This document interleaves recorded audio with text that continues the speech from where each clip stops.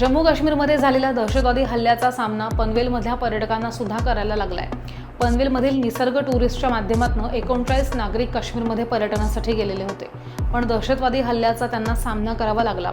यामध्ये पनवेलमधल्या दिलीप देसले यांचा गोळी लागून मृत्यू झालाय, तर कामोठेमधील पाटील यांना गोळी त्यांना लागून गेली आहे। यावेळी सगळे पर्यटक पनवेलमध्ये सुखरूप परतलेत आणि आपल्या कुटुंबियांना भेटताना त्यांना अश्रू अनावर झालेले होते। हल्ल्यातनं थोडक्यात बचावलेल्या पर्यटकांनी घडलेला सगळा प्रकार सांगताना ते भावुक झाले।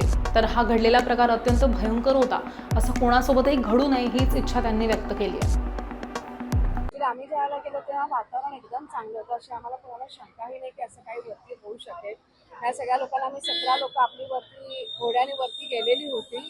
हे सगळे छान वरती जाऊन एन्जॉय करत होते आणि ह्यांनाच गोळ्यांचा आवाज आला आणि मग ते घाबरून सगळे एक घोडेवाल्याने सगळ्यांना एकमेकांना खाली आणलं आणि त्याच्यानंतर मग जरा थोडंसं बरेच जण तिथे गेले, म्हणजे जास्तीत जास्त पुरुषांनाच तिथे मारलं। जेव्हा घटना समजली तेव्हा काय वाटलं? हे हा संकेत व्यक्तीला नाही पाहिलं, पण गोळ्यांचे आवाज मी ऐकले बरेच। काय वाटलं?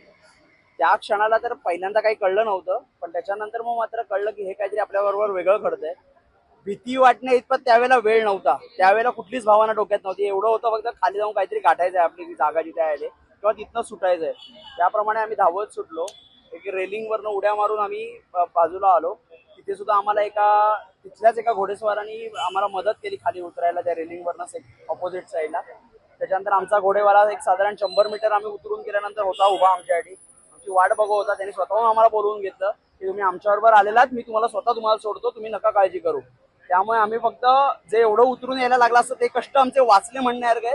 त्यांनीच आम्हाला शेवटपर्यंत खाली घेऊन आला म्हणून आम्ही वाचलो। आपल्या टुरिस्ट मधले दिसले काका यांचा त्यांचा मृत्यू झाला आणि एक पाटील काका म्हणून होते, सुबोध पाटील, ते इंजर्ड होते, पण ते आता बऱ्यापैकी सेफ आहेत। ते आता संपूर्णपणे आर्मी हॉस्पिटललाच असल्यामुळे पूर्ण आर्मीच्या कंट्रोलमध्ये आहेत। वाटत होतं कधी असा अनुभव येईल? अजिबातच नाही, म्हणजे आता काश्मीर सुधारलंय। आता आपल्याला एवढी भीती नाही, ऍटलीस्ट पर्यटकांवर आधी होत नव्हतं, कधी ऐकलेलं नव्हतं, बट नॉर्मल फिरता नाही असं वाटलेलं की बाबा सेफ आहे। कारण आम्ही जेव्हा श्रीनगर एअरपोर्टवरनं गेलो त्या दिवशी सुद्धा लिटरली 10 फुटावरती कमांडोज होते, पूर्णपणे अगदी शेवटी हॉटेलपर्यंत पोहोचेपर्यंत। त्यामुळे तसे कुठलंच आपण म्हणू शकतो की सिक्युरिटीचा कुठलाही कन्सर्न वाटत नव्हता।